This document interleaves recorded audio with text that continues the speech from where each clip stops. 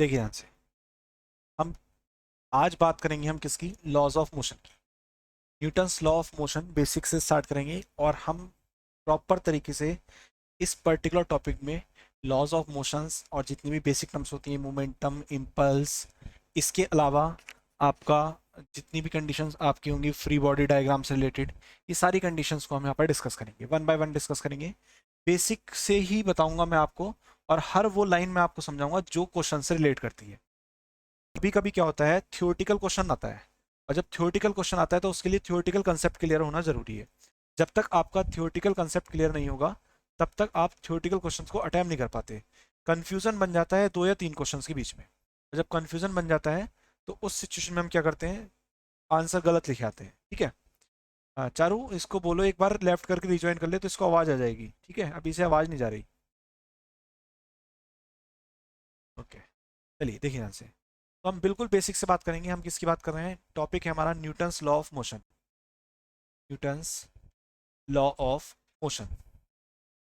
अच्छा, Newton's law of motion की बात करें तो सारा का सारा खेल भी इस पर्टिकुलर टॉपिक में भी पॉइंट ऑफ ऑब्जर्वेशन का है कि आपका पॉइंट ऑफ ऑब्जर्वेशन क्या है। पहले हम न्यूटन्स लॉ ऑफ मोशन पढ़ेंगे, देन उसके बाद में हम फ्रेम ऑफ रेफरेंस का एक टॉपिक उठाएंगे, और जब हम फ्रेम ऑफ रेफरेंस के टॉपिक को पढ़ेंगे उसे हम न्यूटन्स लॉ ऑफ मोशन के साथ रिलेट करेंगे फिर। ठीक, जब मैं इसकी बात करता हूँ न्यूटन्स लॉ की, तो सबसे पहले जो कंडीशन एग्जिस्ट करती है वो एरिस्टोटल फेलेसी, इसकी कंडीशन एग्जिस्ट करती है। अब आप कहेंगे कि भाई इसकी क्या जरूरत है, इसकी जरूरत सिर्फ इतनी सी है कि जब हम थियोरटिकल ऑब्जेक्टिव को सॉल्व करते हैं तो उसमें स्टेटमेंट लिखे होते हैं, तो आपको जो मेन मेन स्टेटमेंट्स होते हैं वो सारे पता होने चाहिए। कि क्या कहता है, ये कहता है क्या कि एक constant continuous force, a constant continuous force is required to keep a body to keep a body in uniform motion. क्या बोला इसने, बोला सीधे सीधे क्या कि किसी बॉडी को यूनिफॉर्म मोशन में रखने के लिए आपको कांस्टेंट कंटिन्यूअस फोर्स की रिक्वायरमेंट होती है कंटिन्यूअस फोर्स की, कांस्टेंट कंटिन्यूअस फोर्स। अब यहीं से फिर इसके बाद में क्या आया, न्यूटन का आपका फर्स्ट लॉ, जिसे हमने बेसिकली लॉ ऑफ इनर्शिया भी बोला। और इस लॉ को सब जानते हैं, क्या होता है कि everybody continuous to its state of rest और in uniform motion until an external influence affect on it। जब तक उसके ऊपर कोई एक्सटर्नल इन्फ्लुएंस ना एक्स करे तब तक वो आपकी बॉडी रेस्ट में है तो रेस्ट में रहेगी, मोशन में है तो वो आपकी मोशन में रहने वाली है। यहाँ से कंडीशन एक्स करती है किसकी, फिर फोर्स की। इसकी कंडीशन एक्स करती है फोर्स की। देखिए ये बेसिक स्टेटमेंट मैं आपको नहीं लिखवाऊंगा, ये बेसिक जो स्टेटमेंट होंगे जो मैं आपको नोट्स प्रोवाइड करूंगा उसमें लिखे हुए मिलेंगे सारे सारे। फोर्स क्या होता है, सब जानते हैं, एनी पुश और पुल जो या तो चेंज करे या किसी बॉडी की स्टेट को चेंज करे या करने की कोशिश करे, वही क्या होता है आपका फोर्स होता है। ठीक, अब मेन थिंग इसमें क्या है, यूनिट्स दो तरीके से करते हैं, एक तो यूनिट फोर्स की, और एक अदर यूनिट्स की कैटेगरी भी आती है। जब मैं एब्सोल्यूट यूनिट की बात करता हूं तो मैं सीधे सीधे बोलता हूं जैसे न्यूटन इन एमकेएस, और आपका क्या डायन, इसमें आपका सीजीएस में। ठीक है, और 1 न्यूटन इज इक्वल टू कितने होते हैं आपके 10⁵ डाइन होते हैं। 1 newton is equal to 10⁵ dyne. Other system में बात करें तो जैसे आपका केजी वेट, किलोग्राम वेट, या फिर किलोग्राम फोर्स भी बोल देते हैं कहीं कहीं पर, ग्राम वेट, या फिर ग्राम फोर्स भी बोल देते हैं कहीं पर। ठीक है, तो ये इसकी कंडीशन है। नाउ देखिए ध्यान से, यहाँ पर हमें इनमें रिलेशन पता होना चाहिए क्या, कि जो 1 kg वेट होता है, क्योंकि मोस्ट ऑफ द प्रॉब्लम आसान होती है लेकिन उनकी यूनिट दूसरी देने की वजह से वो प्रॉब्लम टिपिकल बन जाती है। अगर कन्वर्जन प्रॉपर नहीं आता तो आप क्वेश्चन सॉल्व नहीं कर पाते हैं। तो 1 kg होता है आपका 9.8 न्यूटन के, इसके इक्वल होता है 9.8 न्यूटन के। और जो आपका 1 ग्राम वेट है वो होता है आपका किसके, 989 के। ठीक है, इस तरीके से क्या हो गया, इनमें रिलेशन हो गया। अब थोड़ा सा और आगे बढ़ते हैं, ये बेसिक है, अभी तक जितना बताया उसमें केवल पहला स्टेटमेंट एरिस्टोटल वाला और ये वाली कंडीशन, ये दोनों इंपॉर्टेंट है। ठीक है, यूनिट कन्वर्जन वाली। नाउ अब बात करते हैं हम किसकी, इनर्शिया की। इनर्शिया, इनर्शिया क्या होती है, किसी बॉडी की प्रॉपर्टी जिसके कारण वो अपनी स्टेट की चेंज को अपोज करे। वो अपनी स्टेट, जिस स्टेट में है उसमें अगर आप चेंज करना चाहते हैं तो उसे क्या करें, अपोज करें। वो क्या होती है, इनर्शिया होती है। जितना ज्यादा किसी बॉडी का इनर्शिया होगा, larger inertia of the body. मैं आपको सिर्फ वही स्टेटमेंट लिख के बताऊंगा जो ऑब्जेक्टिव पर्पज से इंपॉर्टेंट है। The inertia of the body, more will be mass, more will be mass, its mass कह सकते हैं। क्या कंडीशन है, देखिए ध्यान से। हमने बोला किसी बॉडी की वो प्रॉपर्टी जो उसकी स्टेट को चेंज होने में अपोज करे, तो वो क्या कहलाएगी, इनर्शिया कहलाएगी। अब मैंने क्या कहा, आपके पास दो बॉडीज हैं स्फेरिकल शेप की। एक तो आपकी फुटबॉल है और एक क्या है, आपका पत्थर है सेम शेप का। तो आपने जब उस पर किक करा तो फुटबॉल तो चली गई, पत्थर नहीं गया। तो पत्थर नहीं गया तो कौन गया, आप गए डॉक्टर के यहाँ। ठीक, तो इन दोनों सिचुएशन में क्या हुआ, एक बार बॉडी का मास ज्यादा था, एक बार बॉडी का मास कम था। जब मास ज्यादा था तो उसे अपोज करने के लिए उतना ज्यादा हमें किसकी जरूरत पड़ेगी, फोर्स की जरूरत पड़ेगी। वो अपनी पोजीशन में चेंज लाने के लिए क्या कर रहा है, अपनी पोजीशन को चेंज होने से बचा रहा है, अपोज कर रहा है। दैट मीन्स वो जो उसकी प्रॉपर्टी है वही क्या कहलाएगी, उसकी इनर्शिया। तो वो इनर्शिया ज्यादा कब, जब बॉडी का मास भी ज्यादा। तो हम बोल सकते हैं क्या, larger the mass of the body, more will be it's, sorry, larger the inertia of the body, more will be its mass. जितना ज्यादा इनर्शिया उतना ज्यादा मास। अब इनर्शिया की तीन कैटेगरी हैं, बहुत ध्यान से समझना। इनर्शिया की तीन कैटेगरी हैं। एक तो inertia of rest, inertia of rest.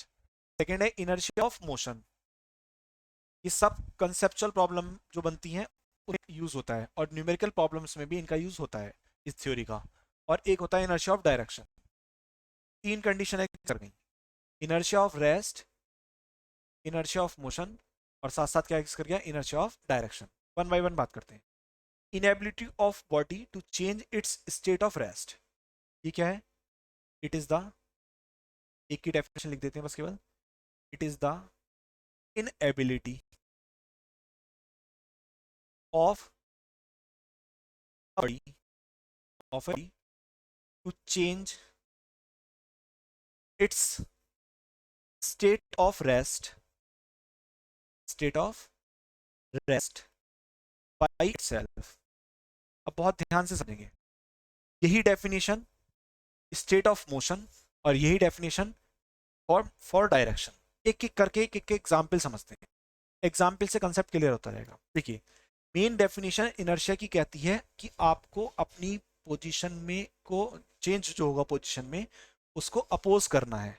अगर वो कंडीशन रेस्ट में है, मोशन में, या फिर डायरेक्शन, तीन सिचुएशन में। मैंने कहा एक व्यक्ति है जो बस में खड़ा है नॉर्मली, और सडनली क्या हुआ, बस आगे की तरफ चल पड़ी। तो जैसे ही बस आगे की तरफ चल पड़ेगी तो उस बॉडी की जो उस व्यक्ति की जो पूरी बॉडी थी इनिशियली बस के रेस्पेक्ट में रेस्ट में थी। लेकिन जैसे ही बस मूव करेगी तो बॉडी का लोअर पोर्शन बस के साथ मूव करेगा, तो उसका अपर पोर्शन तो रेस्ट में ही है, तो वो किस तरफ जाएगा, वो पीछे की तरफ चला जाएगा। तो आपने नोटिस भी करा होगा, जब कोई बस रुकी हुई होती है और सडनली वो आगे की तरफ चलती है बस या कोई और व्हीकल, तो आप पीछे की तरफ जाके गिर जाते हैं। सेकेंड कंडीशन, जब मोशन की बात कर लेते हैं तो वो क्या हो जाएगा, it is the ability of a body to change its state of motion by itself. इसमें क्या होगा, आप एक चलती हुई बस में हैं, आप नॉर्मली खड़े हैं, आपकी बॉडी पूरी की पूरी बॉडी बस के साथ में मोशन में है। सडनली बस ने ब्रेक अप्लाई कर दिए, तो जैसी ब्रेक अप्लाई होंगे तो उस सिचुएशन में आपका लोअर हाफ पोर्शन जो होगा वो बस के साथ क्या जाएगा, रुकना चाहेगा। और जैसी वो रुकेगा तो अपर हाफ तो मोशन में रहेगा, तो वो कहाँ की तरफ जाएंगे, आप आगे की तरफ गिरेंगे। तो आपने देखा होगा कि जब चलती बस में सडन ब्रेक रखते हैं तो किस तरफ जाते हैं, हम आगे की तरफ चले जाते हैं। अब बात करते हैं किसकी, हम डायरेक्शन की। सेम सिचुएशन, आप किसी व्हीकल में हैं, बैठे हैं, आराम से चल रहे हैं, होगा क्या, जैसे ही वो डायरेक्शन चेंज होगी, और जैसे ही डायरेक्शन चेंज होगी तो आप ऐसा फील करेंगे कि आपके ऊपर आउटवर्ड डायरेक्शन में फोर्स लग रहा है। जैसे इसका और अच्छा एग्जाम्पल बताऊं, आपने सब लोगों ने देखा होगा कि एक साइकिल चलाने वाला जब चाकू पे धार लगाता है या किसी भी और चीज पे धार लगाई जाती है, तो आपने देखा जो चलाते पहिए को यहाँ पे चाकू रखते हैं, और जैसे ही चाकू रखते हैं इस पर, तो क्या होता है, डायरेक्शन चेंज होगी, तो जो स्पार्क है जो चिंगारी निकलती है वो इसके टेंजेंशियल डायरेक्शन में निकलती रहती है। देखा है सबने कैसे निकलती रहती है? टेंजेंशियल डायरेक्शन में, राइट। तो ये भी किसका एग्जाम्पल है? ये भी इनर्शिया ऑफ डायरेक्शन का एग्जाम्पल है। ये भी किसका एग्जाम्पल है? इनर्शिया ऑफ डायरेक्शन का। क्या तीनों कंडीशंस क्लियर हुई, रेस्ट, मोशन और डायरेक्शन की? बताइए जल्दी से। सबको क्लियर है तीनों कंडीशन? ओके, चलिए ठीक है। देखिए ध्यान से, अब आगे बढ़ते हैं इसमें। देखिए, अब जब मैं इसमें आगे बढ़ता हूं तो अब मैं अगली टर्म आपको समझाऊंगा मोमेंटम के बारे में। देखो, इनर्शिया का बेसिक कंसेप्ट हमने सीख लिया। ये सब बेसिक कंसेप्ट सिर्फ ऑब्जेक्टिव के थ्योरेटिकल जो क्वेश्चंस होंगे उन्हें सॉल्व कराने के लिए। अब हम किसकी बात कर लेंगे? थोड़ा सा मोमेंटम की बात करेंगे। इसकी बात करेंगे हम, मोमेंटम। और मोमेंटम क्या होता है? Basically mass in motion. जब भी कोई मासिव ऑब्जेक्ट मोशन में होगा तो वहां पर क्या एग्जिस्ट करेगा? मोमेंटम एग्जिस्ट करेगा। जब भी कोई मासिव ऑब्जेक्ट मोशन में होगा तो क्या एग्जिस्ट करेगा? वहां पर मोमेंटम एग्जिस्ट करेगा। तो वो जो मोमेंटम होगा पी से रिप्रेजेंट करते हैं, वेक्टर क्वांटिटी होती है, किसके इक्वल होगा? मास इनटू वेलोसिटी के। पी मोमेंटम हो गया, किसके इक्वल होगा? मास इनटू वेलोसिटी के। यूनिट क्या बन जाएगी? किलोग्राम मीटर पर सेकेंड, या फिर क्या बनेगी? M L T power minus one. कितनी बन जाएगी? M L T power minus one. ये मोमेंटम की जनरल कंडीशन हो गई। इससे ज्यादा फिलहाल के लिए मोमेंटम में आपको नहीं जानना। सीधे सीधे आते हैं किस पर? न्यूटन्स सेकंड लॉ पर। किसकी बात करते हैं हम? Newton's second law of motion. Second law of motion. देखिए क्या कंडीशन है सेकंड लॉ ऑफ मोशन की। अच्छा, आप में से कोई बताना चाहेगा सेकंड लॉ ऑफ मोशन क्या होता है न्यूटन का? न्यूटन का सेकंड लॉ ऑफ मोशन क्या होता है, कोई बताएगा?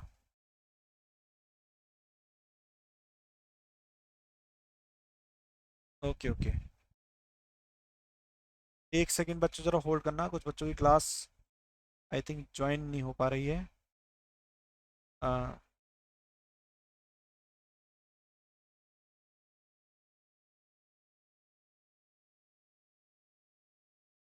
चारू उसको बोलो कि मेरे को डायरेक्ट मैसेज करे, मैं उसको डायरेक्ट लिंक सेंड करूंगा तो उससे ज्वाइन हो जाएगी।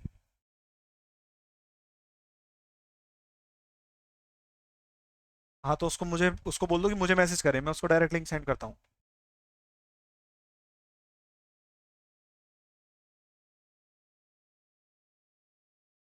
हर्षी, क्लास ज्वाइन हो गई? नहीं हुई?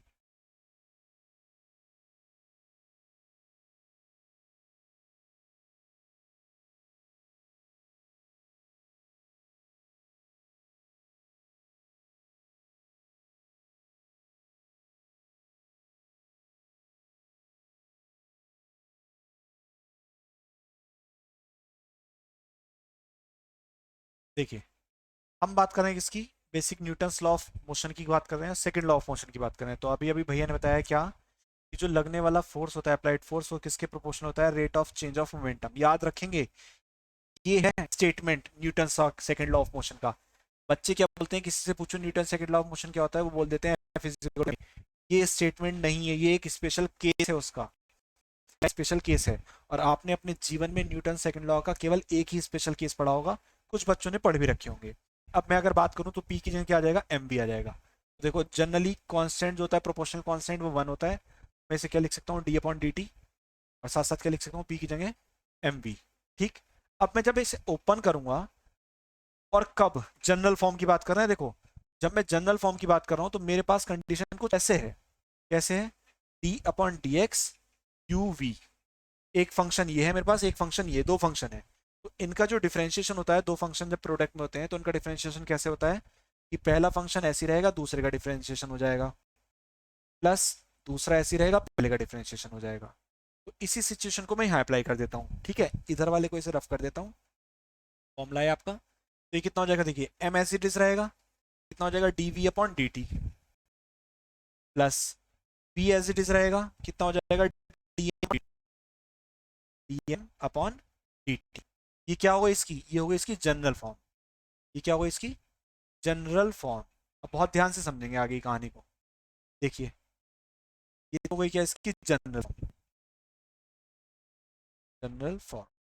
देखिए, अब यहां से दो क्राइटेरिया बनते हैं, और दो क्राइटेरिया अपने आप में दो प्रॉब्लम्स क्रिएट कराते हैं। पहला क्राइटेरिया क्या? पहला क्राइटेरिया कहता है कि भाई एक काम करो, मास को कांस्टेंट ले लो। मास क्या कह लो, कांस्टेंट। जब मैं मास को कांस्टेंट लूंगा तो किसी भी कांस्टेंट क्वांटिटी का डिफरेंशिएशन जीरो होता है, तो डीएम अपॉन डी टी कितना हो जाएगा, जीरो हो जाएगा। और जब ये जीरो हो जाएगा तो एफ इजिकल टू कितना हो जाएगा, m d v upon D t. कितना हो जाएगा, equal to m d v upon D t. और डीवी क्या है, change in velocity with respect to time हो गया, तो ये क्या बन जाएगा, एफ इजिकल टू एम में, जो आप न्यूटन सेकंड लॉ के नाम पे पढ़ते हैं।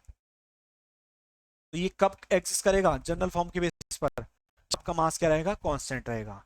सेकंड सिचुएशन की बात करते हैं क्या, कि जब आपका कौन कांस्टेंट रहे, वी कांस्टेंट रहे। वी कांस्टेंट होने का मतलब, देखो यहाँ मास कांस्टेंट था तो इसका मतलब क्या था, d M upon D t था जीरो।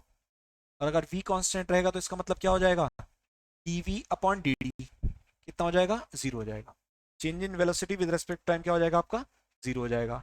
जब मैं d v upon D t की यहाँ पे जीरो रखूंगा तो एफ कितना आ जाएगा आपके पास, एफ आ जाएगा v times of D M upon D t. कितना आ जाएगा, v times of D M upon D t. किस, देखो ये वेलोसिटी कांस्टेंट, ये कब हुआ, जब मास कांस्टेंट। तो ये इससे रिलेटेड प्रॉब्लम्स तो आपने पढ़ी हैं क्या, एफ इजिकल टू एम का यूज करके आपने बहुत प्रॉब्लम सॉल्व करी है। ठीक, तो उस सिचुएशन में एक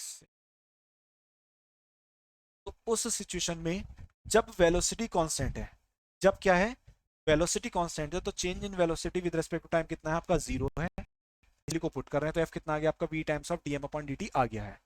तो ये जो यूज होते हैं, इनके एग्जाम्पल्स इसके दो हैं। एक तो है आपका कन्वेयर बेल्ट, प्रॉब्लम्स करेंगे इनसे रिलेटेड। और एक most important, rocket, rocket propulsion.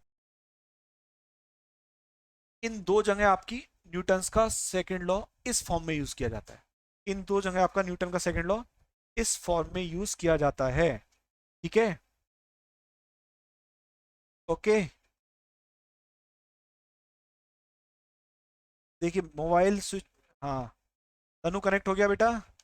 अभी मोबाइल स्विच ऑफ करके ऑन करा तो डाटा लोड खत्म हुआ मोबाइल का, और वो एक ही बारी में कनेक्ट हो गया। ठीक है, ओके।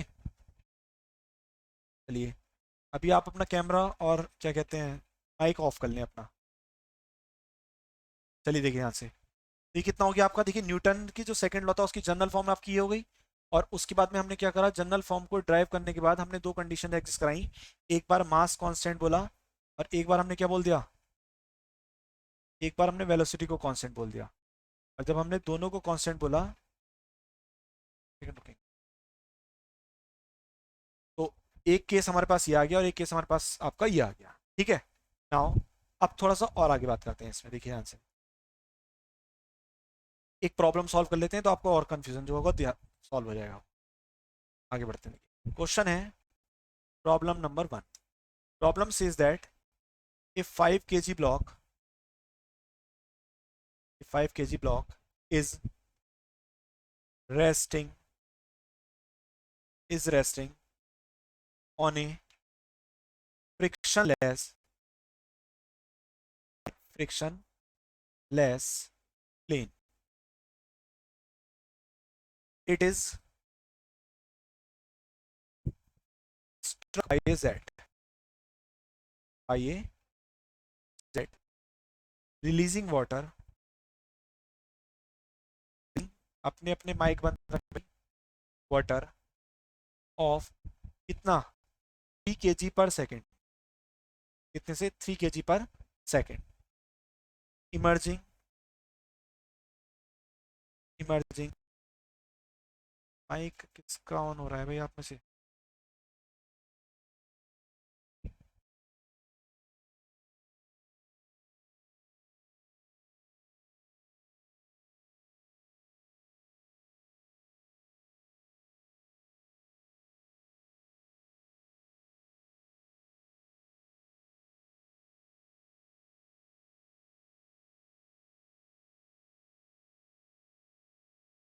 ठीक है।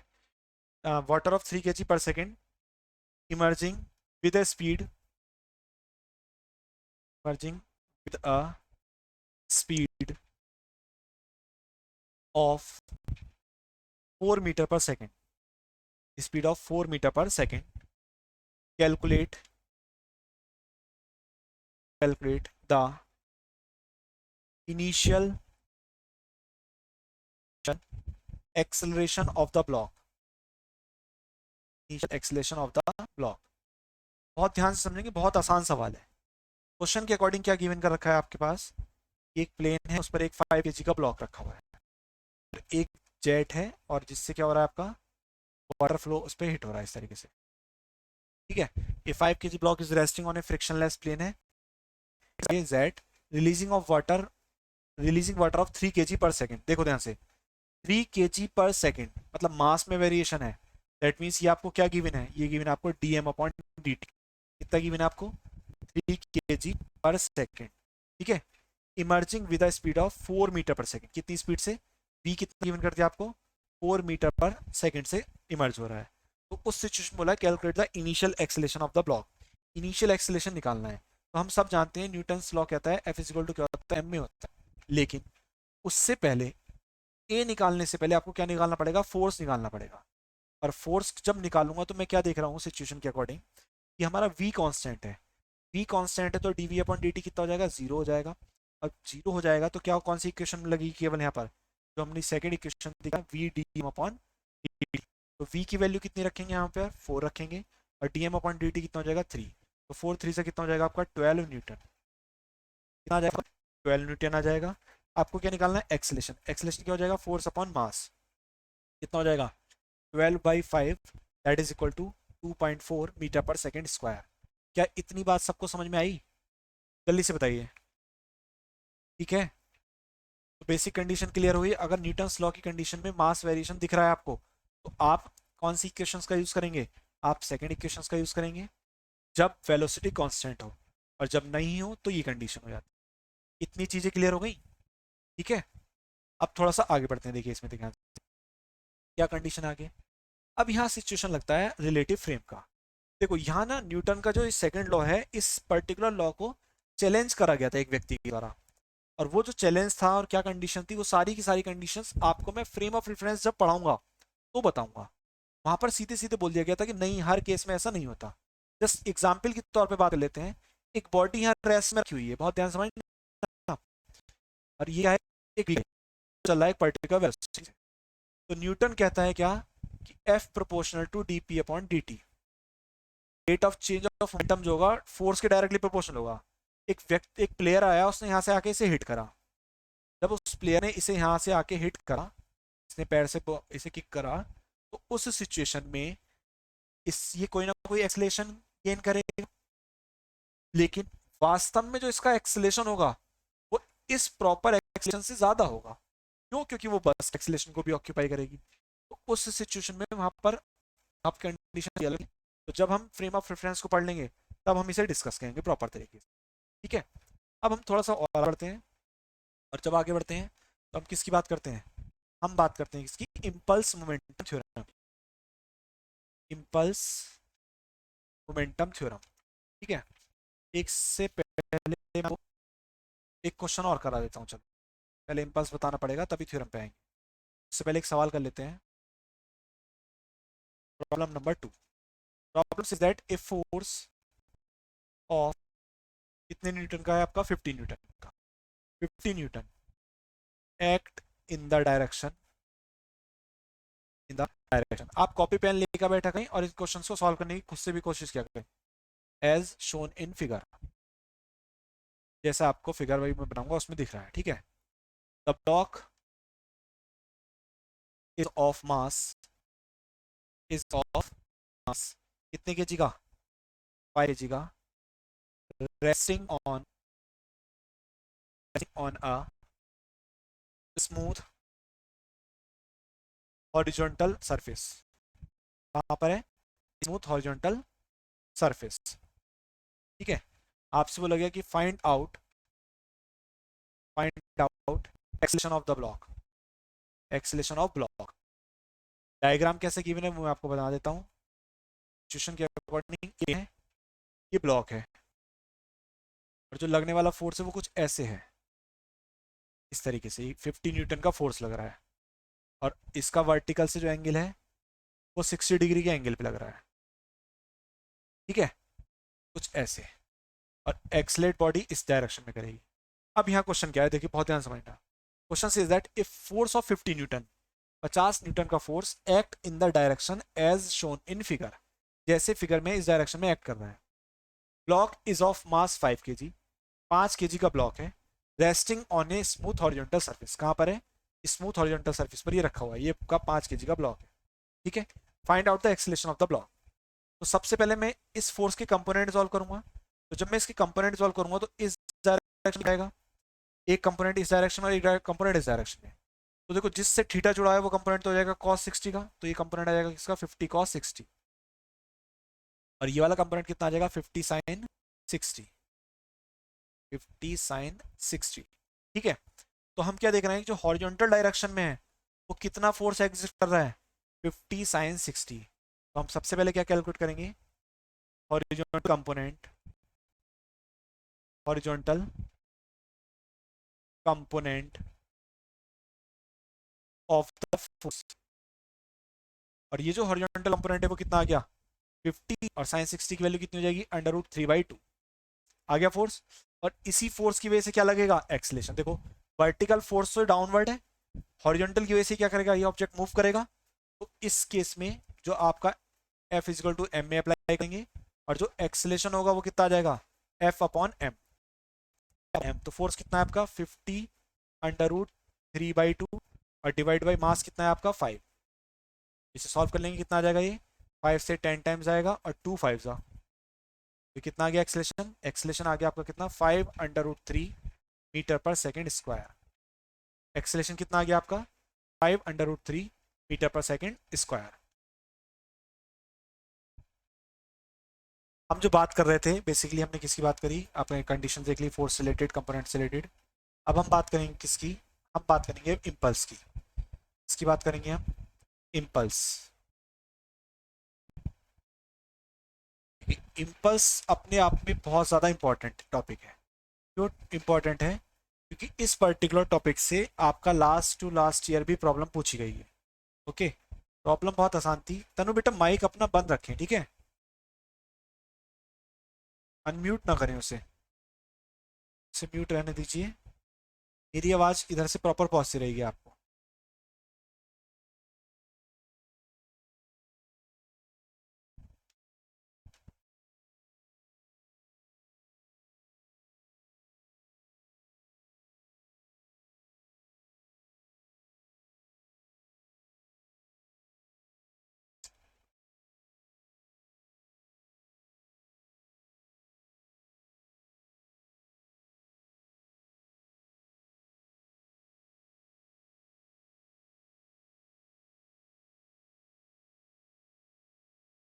देखिए ध्यान से, इम्पल्स की बात करते हैं तो हम क्या कहेंगे कि जब एक large force short time duration के लिए किसी बॉडी पर अप्लाइड होता है, जब एक large force short time duration के लिए किसी बॉडी पर अप्लाई होता है, तो उस सिचुएशन में वो उसके मोमेंटम में चेंज कर देता है। और जब वो उसकी मोमेंटम में चेंज कर देता है तो that is the condition of impulse. तो हम सीधे सीधे बोल सकते हैं कि वास्तव में इम्पल्स है क्या, किसी बॉडी का change in momentum. Change in momentum ही क्या है आपका वास्तव में, इम्पल्स। अब जब ऐसी सिचुएशन है तो हम क्या बोल सकते हैं, मान लीजिए इम्पल्स को मैं आई से रिप्रेजेंट करूं, तो स्मॉल टाइम पीरियड के लिए इम्पल्स का चेंज जो होगा स्मॉल होगा, मोमेंटम का चेंज डी आई, और वही किसके इक्वल होगा, फोर्स, एक सेकेंड, फोर्स और डी टी, और यही किसके इक्वल होगा, चेंज इन मोमेंटम के इक्वल होगा। किसके इक्वल होगा, चेंज इन मोमेंटम के इक्वल होगा। यूनिट देख लेते हैं, फोर्स की यूनिट होती है न्यूटन, और टाइम की यूनिट होती है सेकंड। तो ये क्या बन गई यूनिट आपकी, न्यूटन सेकंड बन गई। अच्छा यहाँ से अगर एफ की बात कर लें, F D P upon D T, वास्तव में यही पढ़ा है हमने। तो देखो यहाँ से डी पी की वैल्यू निकालोगे तो वो भी कितनी आ जाएगी आपकी, F times of D T आ जाएगी। और यही क्या है वास्तव में, यही है आपका इम्पल्स। चेंज इन मोमेंटम ही क्या है आपका, इम्पल्स है। अब और सॉल्व कर लेते हैं, डायमेंशन की बात कर लेते हैं। डायमेंशन ऑफ इम्पल्स, फोर्स की डायमेंशन ml/t-2, और टाइम की डायमेंशन t हो गई। तो डायमेंशन कितनी आ जाएगी आपकी, ml/t⁻⁻1। ये आपकी इम्पल्स की कंडीशन आ गई। अब यहाँ सिचुएशन दो है। दो सिचुएशन क्या है, केस फर्स्ट कहता है, क्या कहता है case first, if the force is, if the force is working, if the force is working from time t1 to t2, मतलब एक टाइम इंटरवल दे दिया हमें t1 से लेके t2 तक आपका फोर्स क्या कर रहा है, अप्लाई हो रहा है, देन हमें क्या कर देना, उस सिचुएशन में इंटीग्रेट कर देना। और जब हम उसे इंटीग्रेट करेंगे तो डी का इंटीग्रेशन तो हो जाएगा आपका आई सिंपली, और यहाँ से यहाँ तक क्या हो गया आपका टाइम इंटरवल t1 से लेके t2, ये कितना आ जाएगा एफ डी टी, कितना आ जाएगा ये F times of D T. अच्छा यही किसके इक्वल होता है, ये होता है आपका, ये मोमेंटम की टर्म्स में चेंज कर लेंगे, p1 से लेके p2 लिमिट हो जाएगी, और यही के होता है dp के इक्वल, एफ डी टी किसके इक्वल होता है dp के इक्वल, तो यही कितना आ जाएगा आपका p2 minus p1, that is change in momentum. तो अगर किसी क्वेश्चन में आपको टाइम पीरियड ना गिवन हो, केवल मास और वेलोसिटी गिवन हो, तो उस क्वेश्चन में आप कुछ मत करिए, मोमेंटम का चेंज निकाल दीजिए, वही आपका किसे डिनोट करेगा, इंपल्स को डिनोट करेगा। लेकिन अगर सिचुएशन थोड़ी चेंज है, क्या, case number second, case second के अकॉर्डिंग क्या कंडीशन है कि इफ ए कांस्टेंट और एवरेज फोर्स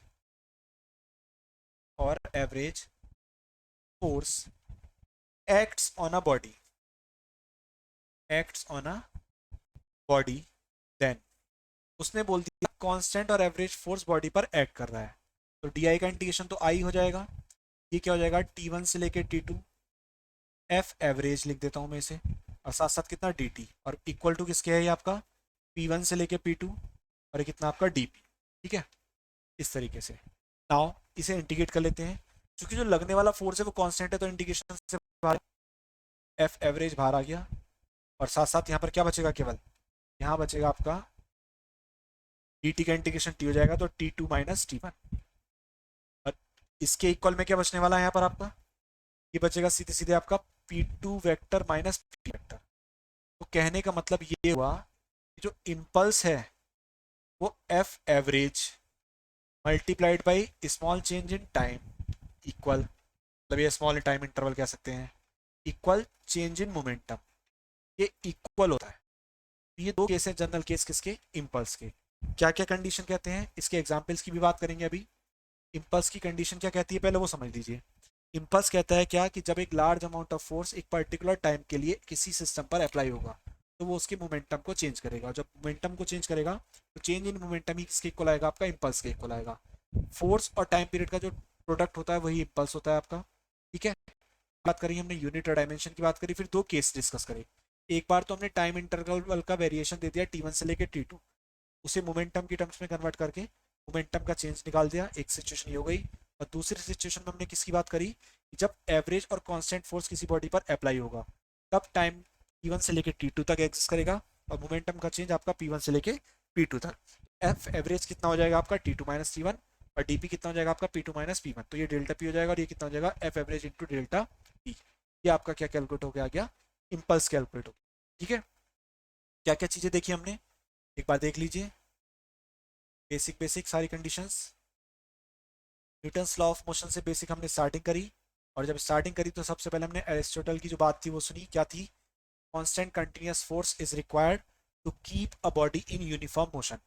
यूनिफॉर्म मोशन में किसी बॉडी को रखने के लिए आपको कांस्टेंट कंटिन्यूअस फोर्स की रिक्वायरमेंट है। न्यूटन का फर्स्ट लॉ क्या बोल दिया, बॉडी इज इन रेस्ट और in motion until an external force exert on them, जब तक कोई एक्सटर्नल फोर्स या एक्सटर्नल इफेक्ट उसके ऊपर ना पड़े।